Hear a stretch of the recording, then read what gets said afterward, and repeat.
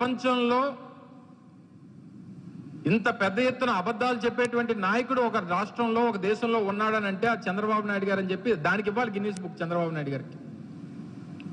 ఒక ముఖ్యమంత్రి real estate project చేయొచ్చు అని చెప్పి 1,00,000 ఎకరాలు సేకరించి ఒక క్యాపిటల్ పేరుతో రియల్ ఎస్టేట్ ప్రాజెక్ట్ చేస్తున్నాడు అనేటువంటి వ్యక్తి ఈ దేశంలో ప్రపంచంలో ఎవరు లేరు ఒక చంద్రబాబు నాయుడు గారు తప్పితే అనేటువంటి ఉద్దేశంతో చంద్రబాబు నాయుడు గారు గిన్నీస్ బుక్ ఇవ్వాలి.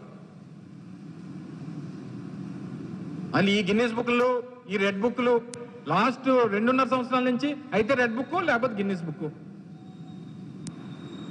అంబేద్కర్ గారు రచించినటువంటి రాజ్యాంగం ఆ కాన్స్టిట్యూషన్ అనేటువంటిది లేదు అసలు ఈ రాష్ట్రం.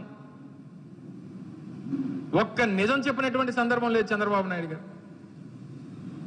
పూర్తిగా అబద్ధాల మీద బ్రతికేద్దాం, ఈవెంట్ మేనేజ్ మీద బ్రతికేద్దాం, పబ్లిసిటీ మీద బ్రతుకుదాం, ప్రజలకు మంచి చేసినా చేయకపోయినా